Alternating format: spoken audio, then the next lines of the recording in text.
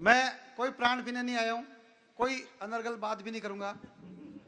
मैं भूमिका में खड़ा हूं एक बड़े कवि की। बड़े वो इसलिए नहीं है कि टीवी के कई चैनलों में वो लगातार आते रहे हैं, आ रहे हैं। अगर आपने लपेटे में नेताजी देखा हो तो जिस व्यक्ति ने पाकिस्तान के शायरों और पाकिस्तान की तमाम जनता के सामने हिंदुस्तान के शौर्य का बखान कर उनकी बखिया उधेड़ दी, मैं उन अजात शत्रु जी की भूमिका में खड़ा हूं। वो बड़े इसलिए भी नहीं है कि वो टीवी में आते हैं, वो बड़े भी इसलिए भी नहीं है कि वो कई बार लाल किले पर जाकर न केवल पढ़े हैं वरन वो उस बड़े कवि सम्मेलन का संचालन किया है। वो बड़े इसलिए भी नहीं है कि देश की तमाम बड़ी टीमों के संचालन की जब चर्चा चलती है तो प्रमुखता से जो 1 2 3 नाम उभर कर आते हैं उनमें मेवाड़ के इस लाडले कवि का नाम आता है। वो बड़े इसलिए हैं कि इनकी कलम में वो जादू है कि इन्होंने जिस रस को छुआ वो रस अपने आप में सिद्ध हो गया। इन्होंने जब ओज लिखा तो महाराणा प्रताप के शौर्य को जीवंत कर दिया। इन्होंने जब प्रेम लिखा तो मीरा की दीवानगी को अमर कर दिया। इन्होंने जब त्याग लिखा तो पन्ना का बलिदान साक्षात हो उठा। और इन्होंने जब हास्य लिखा तो सूरज को आंख दिखाने वाले उस किसान की मस्ती को जिंदा कर दिया। उस बड़े कवि के लिए मैं बोलूं उससे बेटर आपकी तालियां गूंजे, उठे और दोनों हाथ उठकर आकाश की तरफ बढ़े। आदरणीय अजात शत्रु जी। कुछ लोग घर की तरफ प्रस्थान कर रहे हैं, मैं उन्हें अंतिम प्रणाम करता हूं। आप जो लोग खड़े हुए हैं, देखिए ये खाली जगह हो गई और सूखी भी है। आप थोड़ा आगे आके यहाँ बैठ जाइए, थोड़ा सा आगे, कुछ देर के लिए बैठ जाइए। आइए, आ जाइए। अब रात भर मैंने उस छोटे माइक पे के थोड़ा बैठ दिया, आ जाइए, थोड़ा पास पास आ जाइए। जितने भी आप संख्या में जितने भी हैं आ जाइए। मैं भी कुछ नया पढ़ने वाला हूँ। सबने अच्छा पढ़ा। आज तो एक तो ये तय करना मुश्किल था कौन सा वाला अच्छा था, कौन सा वाला। सबने, सोहन जी से लगाकर हमारा प्यारा भाई मुकेश, दीपक, संपत, सबने सबने अच्छा पढ़ा बिल्कुल। और आपने इतनी मेहनत से इस महफिल को सजाया है। अब आप थक गए हो। अंत में आने वाले कवि के साथ में ये संकट होता है कि विषय भी सारे निपट जाते हैं। वो किस विषय पे सुनाए। आप तालियां बजा बजा के थक गए। अब आपकी हालत ऐसी हो गई है जैसे वो गन्ने की मशीन में गन्ना जाता है शुरू शुरू में, तो उसमें से भल भल करके रस निकलता है। फिर गन्ने वाला उसको मोड़ता है, फिर अंदर डालता है, फिर रस निकलता है, फिर मोड़ता है, फिर अंदर डालता है, फिर रस निकलता है। जब उसके छूतड़े रह जाते हैं भुक्कस, तब उसमें एक नींबू फंसाता है। अब देखो मैं नींबू फंसा रहा हूँ, अगर ढंग से आपने ताली नहीं बजाई तो मेरी उंगली आ सकती है, इसलिए एक बार आप ढंग से ताली वाली पीट लो। इसने बालिका ने काफी प्रहार किए, ये इसको करने नहीं थे, सीधे कविता पाठ करती। संचालन वंचालन ये वो ये सब क्या मतलब। अच्छा, ये अभी भी कुछ माताएं बहनें बैठ। नारी क्या होती है? नारी शक्ति है, नारी शक्ति है, पुरुष सहन शक्ति। हाय रे सबला पुरुष तेरी यही कहानी, मुंह पे है मूछ और आंखों में पानी। और सुनो, गुस्सा आना मर्द की निशानी है, लेकिन गुस्से को पी जाना शादीशुदा मर्द की निशानी। विज्ञान ये कहता है पुरुष के शरीर में 1.5 लाख नसें होती है, सिर्फ पत्नी जानती है कौन सी वाली कब दबानी। और सुनो मस्ती लेना भीमगढ़ वालों, पति का नाम शंकर हो इससे कोई फर्क नहीं पड़ता। पति का नाम शंकर हो इससे कोई फर्क नहीं पड़ता, तांडव तो पत्नी करवाती। आज आपको हर विभाग में महिलाएं मिल जाएगी, शिक्षा विभाग, बिजली विभाग, हर विभाग में। सिर्फ एक विभाग ऐसा है जिसमें महिलाएं नहीं होती है, फायर ब्रिगेड। क्योंकि महिलाओं का काम कोई आग बुझाना थोड़ी है। कुत्ते तक आ गए साहब लोग। जब मतलब तानसेन कविताएं वो सुर लगाते थे, सुर तानसेन, तब ऐसे पशु आ जाया करते थे। अब हम जैसे लालू वालू मुलायम इनके नेताओं पे कविता पढ़ते, कुत्ते आ जाते हैं साहब। अब क्या करें, स्थितियां ऐसी हो गई है साहब। कई सारी चीजें हो गई। मोदी जी पे भी ऐसे प्रहार किए, हिंसक अहिंसक। वर्षों के बाद में इस देश को अगर कोई यशस्वी प्रधानमंत्री मिला है तो उसका नाम होता है नरेंद्र दामोदर दास मोदी। हमको सबको गर्व है। भाई मुकेश को बधाई दूंगा, मुकेश ने बहुत अच्छा कविता पाठ किया। देखिए वो पुराने थे हमारे मनमोहन सिंह जी, वो जब संसद में जाते थे तो ऐसा लगता था दाढ़ी मूछों वाली रजिया गुंडों में फंसने जा रही है। वो कुछ बोलते नहीं थे, ये चुप नहीं होते। अच्छा, भाग्यशाली बहुत है मोदी जी, इतने भाग्यशाली है, न घर में बीवी न सदन में विपक्ष, इसलिए कई बार मन की बात भी रेडियो पे करनी पड़ती है। शुरू शुरू में आए तो बोले, मित्रों, भाइयों और बहनों, स्वच्छ भारत, सुंदर भारत, घर घर में शौचालय बनवाऊंगा। थोड़े दिनों बाद बोले, न खाऊंगा न खाने दूंगा। मैंने कहा, जब न खाएंगे न खाने देंगे तो घर घर में क्यों बनवा रहे हो? आप संख्या में कम है, लेकिन फिर भी जितने आप बचे हैं, अगर भीड़ होती तो बात अलग होती। आप संख्या में कम है, लेकिन अपनी तालियों से मुझे बताते रहिएगा आप। मैंने 2 पंक्तियों में बात की। मैंने कहा, मोदी जी, जितना देश से प्यार करते हो उतना पत्नी से भी प्यार कीजिए। और अगली पंक्ति मस्ती की हो गई हो तो आनंद चाहता हूं। मैंने कहा, मोदी जी, जितना देश से प्यार करते हो उतना पत्नी से भी प्यार कीजिए, और हिंदुस्तान के लिए एक छोटा मोदी और तैयार कीजिए। हैं, ऐसे क्या होता है? एक्सपायरी डेट अब संभव नहीं है। अपन उम्मीद किए राहुल गांधी से, ये पट्टा तैयार नहीं हो रहा। राहुल जी कहते हैं, कांग्रेस एक सोच है, और विद्या बालन कहती है, जहां सोच है वहां शौचालय। अच्छा, क्या लोकेश, क्या है, शादी की एक उम्र होती है, यानी कि लड़की की 18 साल, लड़के की 21 साल, यानी सरकार आपको बताती है शादी कब करें, और दिग्विजय सिंह ये बताते हैं कब तक करें, और आशाराम बापू और नारायण दत्त तिवारी ये बताते हैं जब तक वैलिडिटी खत्म नहीं हो तब तक करें। मुझे तो आज तक समझ में नहीं आता, पता नहीं कौन सी कंपनी का रिचार्ज करवा के रखा है, टॉक टाइम खत्म होने का नाम नहीं ले रहा। अच्छा, आजकल नए नए बाबा आ गए साहब। लेकिन एक बात बताओ, मुझे एक चीज आज समझ में आई, वो ये समझ में आई कि वकील जो है वो न तो आशाराम का बढ़िया, न रामपाल का बढ़िया, न राम रहीम का बढ़िया, वकील तो सलमान खान का बढ़िया है। अरे, वो रिश्ते वाले गए लड़की वालों को देखने, लड़के वाले गए, लड़के वालों ने लड़की वालों को देखा और लड़की पसंद आ गई। बोले कि आखिरी सवाल है आपसे, लड़की बहुत अच्छी है, सब कुछ बढ़िया है, हमें लड़की बिल्कुल पसंद है, सिर्फ एक सवाल आपसे पूछना चाहते हैं, क्या कभी आपकी बेटी ने राम रहीम का आशीर्वाद तो नहीं लिया? बोले नहीं लिया। अच्छा, मैं तो कई बार कहता हूं, कई बार क्या, कल ही मैंने सोची ये बात, ये आदत पड़ी होती है ना, हास्य कहीं से पैदा हो जाता है। कल ही मैंने सोची ये बात कि हरियाणा की जो सरकार है वो पर्यटन को बढ़ावा देने के लिए काम कर सकती है। जहां वो राम रहीम का डेरा जो था उसको पुरातत्व विभाग घोषित कर दे, और डेरा सच्चा सौदा के वहां एक बोर्ड लगवा दे, और उस बोर्ड पे लिखवा दे, गुफा वाले बाबा देखने के 100 रुपये। लोग उस जगह को देखना चाहते हैं कि ये कौन सी जगह है जहां चमत्कार और बलात्कार एक साथ होते थे। कोई बात है तो बाद में आप तक पहुंचेगी, लेकिन मैं चाहता हूं एक बार आप तालियां वालियां पीट के मुझे जरा बता दो। मैं विषय बदल रहा हूं और 3 तलाक पे कुछ पढ़ना चाहता हूं। 3 तलाक एक अभी आ गया, न्यायालय ने कह दिया है 6 महीने में मामला हो जाएगा, लपेटे में पढ़ लिया था, विषय बदल रहा हूं, बिल्कुल नया विषय है, सुनिए आप। अब आसानी से ना कोई बेगम यूं हिल पाएगी, शुद्ध कविता पढ़ रहा हूं। अब आसानी से ना कोई बेगम यूं हिल पाएगी, दिल की बगिया में ना कोई बुलबुल फिर खिल पाएगी, दिल की बगिया में ना कोई बुलबुल फिर खिल पाएगी। घर के पिछवाड़े में बैठे एक नेताजी सोच रहे, अगर बात अच्छी लग जाए तो कोई भी हाथ खामोश न रहे।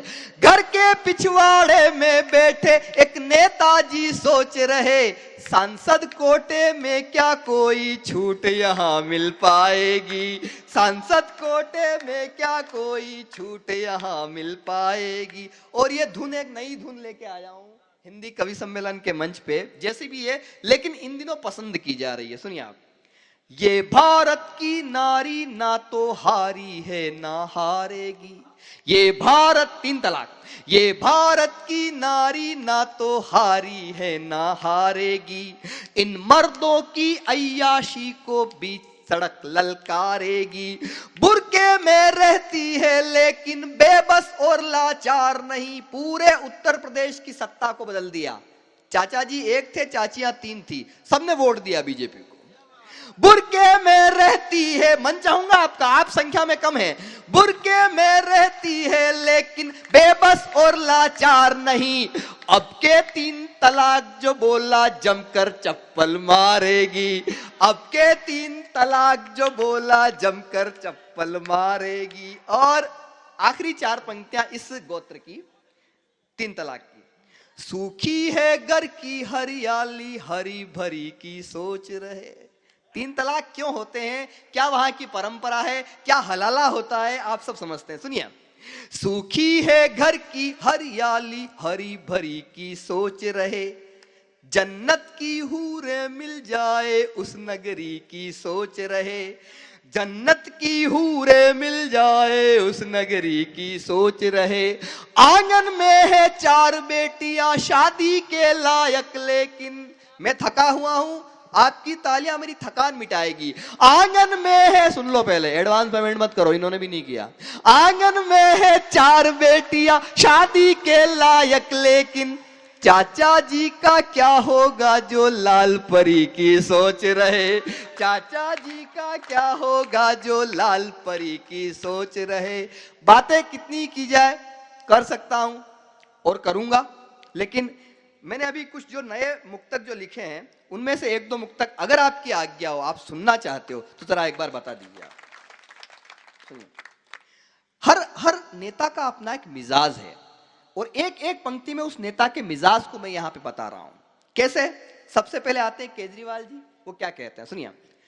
केजरी जी धरने से उठकर बोले धरना दे दूंगा। वो तो अगर बाथरूम में भी थोड़ी देर ज्यादा बैठ जाए तो बीवी सोचती है कहीं धरने पे तो नहीं बैठ गए। केजरी जी धरने से उठकर बोले धरना दे दूंगा, मोदी जी हंस करके बोले ऊंची ऊंची फेंकूंगा। मित्रों, मोदी जी हंस करके बोले, और आपका भी मन चाहूंगा जो पीछे बैठे हुए हैं, मोदी जी हंस करके बोले ऊंची ऊंची फेंकूंगा। ममता जी चिल्ला कर बोली खाट खड़ी मैं कर दूंगी। और अगली पंक्ति अगर ठीक कह दियो तो अपनी मोहब्बत दीजिएगा। ममता जी चिल्ला कर बोली खाट खड़ी मैं कर दूंगी। राहुल जी मम्मी से बोले मम्मी पोगो देखूंगा। राहुल जी मम्मी से बोले मम्मी पोगो देखूंगा। राहुल, अच्छा मैंने एक कल्पना की, वो कल्पना क्या है सुनिए आप। अगर 1947 में केजरीवाल होते, उन्होंने विषय दिया हमको वहां पे, तो वो क्या कहते और वो क्या करते। केजरीवाल 1947 में है, सुनिए आप। गांधी जी की डिग्री नेहरू जी की अचकन फर्जी है। गांधी जी की डिग्री नेहरू जी की अचकन फर्जी है। क्यों सिलवाते अमेरिका से, कौन वहां का दर्जी है। फर्जी है ये लाल बहादुर, फर्जी है इंदिरा गांधी। और अगली पंक्ति में फिर से आपका मन मांगता हूं, फर्जी है ये लाल बहादुर, फर्जी है इंदिरा गांधी। मैं धरने पर बैठूंगा क्योंकि मेरी मनमर्जी है। मैं धरने पर बैठूंगा क्योंकि मेरी मनमर्जी है। शुक्रिया शुक्रिया। एक अंतिम 4 पंक्तियां हैं वो मैं सुना रहा हूं इसी गोत्र की, सुनिए आप। वो आरोप लगाते उस समय, बिल्कुल जिन लोगों की बात कर रहे हैं, जिसकी बात कर रहा हूं, तो ये तो होगा ही बिल्कुल। इनका समर्थन भी इतना मिल रहा, देखो आप कितनी बड़ी बात है। सुनिए आप, वो कहते मोदी जी है भ्रष्टाचारी, मैं अन्ना का लाला। मोदी जी है भ्रष्टाचारी, मैं अन्ना का लाला हूं। मोदी जी है हत्यारे, मैं लोकपाल का साला हूं। लोकपाल इनके जीजाजी हैं, इन जीजाजी की वजह से इनको सत्ता मिली है, अब ये लोकपाल को भूल चुके हैं। मोदी जी है हत्यारे, में लोकपाल का साला हूं। जब सारे आरोप खत्म हो गए, केजरी ये बोले, क्या बोले, जब सारे आरोप खत्म हो गए, केजरी ये बोले, मोदी जी मैं तेरे बच्चे की मां बनने वाला हूं। कुछ भी कह सकते हैं वो, उनका कुछ भरोसा नहीं है। मुझे तो कई सारी चीजें हैं, मैं कहां से शुरू करूं, कौन सी वाला गीत सुनाऊं। टूटा फूटा गामड़ा की बात कह रहे हैं आप, एक मेरे मित्र ने अभी फेसबुक जैसा फेस तुम्हारा वो कहा, लेकिन अब जितनी कम भीड़ है उस भीड़ में वही सुना देता हूँ, गीत गाँव वाला गीत सुना देता हूँ। लेकिन मुझे एक बात याद आती है, एक बार एक सरकारी स्कूल में आग लग गई, सारे बच्चे खुश हो गए, बोले सबसे बड़ी टेंशन है स्कूल था इसी का राम नाम सत्य हो गया। लेकिन एक बच्चा रो रहा था, मैंने उससे पूछा तू क्यों रो रहा है, बोले आग स्कूल में लगी है, वो मास्टर जी तो बाहर खड़े, पेड़ के नीचे बिठा के पढ़ाएंगे। अच्छा, मुझको अश्वनी में एक बहुत नई बात बता रहा हूं, प्रकाश भाई कहाँ गए, महावीर जी बैठे हैं, अरे हमारा पेमेंट वहीं फंसा है। अच्छा बोले अच्छा अच्छा, हमको पढ़ाने के लिए एक गुरुजी आते थे राजेंद्र पंडित, वो बड़े ठोकू किस्म के थे। ठोकू में समझते हो, ठोकने पीटने वाला, वो इतने ठोकू थे, वो घर से सोच के आते आज किसको ठोकना, और जिसको ठोकना होता उसकी तरफ देख के मुस्कुराते। अच्छा, उन्होंने जिसकी तरफ देख के मुस्कुरा लिया समझो उसकी ठुकाई हुई। अच्छा, हमारे स्कूल में एक नीम का पेड़ था, वो नीम का पेड़ क्या था, वर्कशॉप था, उसी के नीचे बच्चों की डेंटिंग पेंटिंग होती थी, और मास्टर जी का एक ब्रह्म वाक्य, चलो नीम के नीचे। अच्छा, पुराने टीचर तो आप जानते होंगे, वो पहाड़े बहुत पूछते, 10 का पहाड़ा, 15 का पहाड़ा, ऐसे पहाड़े पूछते थे। एक दिन आए राजेंद्र पंडित, मेरी तरफ देखा, देख के मुस्कुराए, बोले खड़े हो जा। मैं खड़ा हुआ, बोले सुनाओ 15 का पहाड़ा। मैंने कहा नहीं आता है। बोले चलो नीम के नीचे। उन्होंने नीम के पेड़ के नीचे ले जाकर मेरे साथ जो सांस्कृतिक कार्यक्रम किया, मैं 10 दिन तक स्कूल नहीं गया, लेकिन 10 दिन के बाद जब मैं स्कूल गया तो 15 तो क्या 25 तक के पहाड़ याद थे। मास्टर जी आए राजेंद्र पंडित, फिर से कक्षा में मेरी तरफ देख के मुस्कुराए, इस बार मैं भी मुस्कुराया। अच्छा, मैं मुस्कुराया, वो मेरे कॉन्फिडेंस को ताड़ गए, बोले सुनाओ 27 का पहाड़ा। मैंने कहा नहीं आता है। बोले चलो नीम के नीचे। उन्होंने फिर नीम के पेड़ के नीचे ले जाकर मेरे साथ वही 2020। मैं फिर 10 दिन तक स्कूल नहीं गया। मैं आपको ये बता रहा हूं मैं बचपन से कितना समझदार हूं। मैं 10 दिन के बाद जब स्कूल गया, राजेंद्र पंडित आए, मेरी तरफ देखा, मुस्कुराए, मैं चुपचाप खड़ा हुआ और नीम के पेड़ के नीचे चला गया। तो ये पीछे बैठे हुए कवि जो हैं वो ये सोच रहे होंगे कि ताली नहीं आ रही है, ये सोच रहे होंगे कि आजाद भैया इनकी इतनी तारीफ कर दी है, लाल किला फाल किला, ये टीवी चैनल, ये देखो हंसा नहीं पा रहे हैं। देखो ऐसा है, कई बार क्या होता है कि पिच बहुत टाइट हो जाता है, और पिच टाइट इसलिए हो जाता है कि श्रोता कम रहते हैं, और कम श्रोताओं में ताली बजाने का मतलब वही है कि भुक्कस में से रस निकालना। अब देखो मेरी जो इज्जत है वो आपके हाथ में है, जरा आप इनको थोड़ा सा, ये पीछे बैठे हैं, इनको प्रभावित करने के लिए ताली बजा दो, वरना ऐसे क्या डेटे कटती है फिर। अभी क्या मुकेश मोलवा इंदौर में संचालन के लिए बुलाएगा, दिया गया क्या भैया आपने वहां पे तो बारिश में ऐसा कुछ कर नहीं पाए, तो ऐसा नहीं, मैं कुछ सुना रहा हूँ, मैं मूड में आ जाऊं। देखो, लेकिन एक बधाई मैं आपको देना चाहूंगा, भीमगढ़ जैसे इस गांव में, चाहे दिल्ली का लाल किला पढ़ लिया हो, कोई जरूरी नहीं, लेकिन जब भीड़ थी, जिस मोहब्बत से आपने कविताएं सुनी, मैं अपने लाल किले का कवि सम्मेलन न्योछावर करता हूं आपकी इस छोटे से गांव के ऊपर। ये दरअसल क्या है कि ये जो अंचल है, इस अंचल में कविताएं, जैसा दीपक पारिक ने कहा, जैसा लोकेश महाकाली ने कहा, एक बात याद रखना, चीन के पास अगर श्रम की शक्ति है, अगर अमेरिका के पास डॉलर की शक्ति है, अगर जापान के पास तकनीक की शक्ति है, अगर इंग्लैंड के पास अतीत की शक्ति है, तो हिंदुस्तान वो देश है जिसके पास परिवार की, संस्कार की, संस्कृति की शक्ति यहां पे देखने को नजर आई। हमको बहुत अच्छा लगा। मेरे भाई मुकेश ने एक बात कही, असहिष्णुता की बात कही। ये देश कभी असहिष्णु नहीं हो सकता। मैंने अभी 3 तलाक पे कविता पढ़ी, और ये हिंदू कवि ही पढ़ सकता है, ये वो लोग शायद कभी पढ़ेंगे नहीं। ये देश कभी असहिष्णु नहीं हो सकता। हमको राधा और कृष्ण तब ज्यादा सुंदर लगते हैं जब फैसलाबाद में जन्मा कोई नुसरत फतेह अली खां गाता है, जब से राधा श्याम के नैन हुए हैं 4, श्याम बने हैं राधिका, राधा बन गई श्याम। हमको भगवान भोलेनाथ की स्तुति तब ज्यादा मंत्रमुग्ध करती है जब गुजरात के उस्मान मीर साहब नमामि शमीसा सुनाते हैं और रामकथा मर्मज्ञ संत मोरारी बापू की आंखों से आंसू निकल आते हैं। हमको बनारस की गंगा तब ज्यादा पावन लगती है जब जयपुर में जन्मे अहमद हुसैन, महमद हुसैन एक स्वर में गाते हैं, जय सरस्वती, माँ सरस्वती, वर्दे वर्दे माँ महारानी, या सरहद पार से आया कोई गुलाम अली, बाबा संकट मोचन के दरबार की सीढ़ियों पर बैठकर अकबर इलाहाबादी को कंठ में उतारता है। बुत हमको कहे काफिर, अल्लाह की मर्जी है, तो सुनने वाले ही नहीं, गंगा की लहरें तक मचल उठती है। यह हिंदुस्तान कभी असहिष्णु नहीं हो सकता। मैं एक गीत पढ़ देता हूं और मैं अपने बड़े भाई शेंदान जी चारण साहब को उनको हम बुलाएंगे।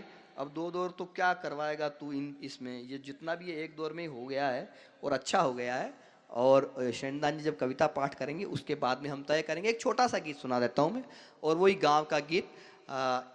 जब सुदर्शन फाकीर ने जगजीत सिंह को जगजीत सिंह बनाया तो जगजीत सिंह ने यह कहा कि मैं आज कहीं भी हूं तो उस शायर सुदर्शन फाकीर की वजह से हूं, जिसने लिखा ये दौलत भी ले लो, ये शोहरत भी ले लो, भले छीन लो मुझसे मेरी जवानी, मगर मुझको लौटा दो बचपन का सावन, वो कागज की कश्ती, वो बारिश का पानी। तो बचपन सबके भीतर जिंदा है। एक गांव का छोटा सा गीत सुनिए।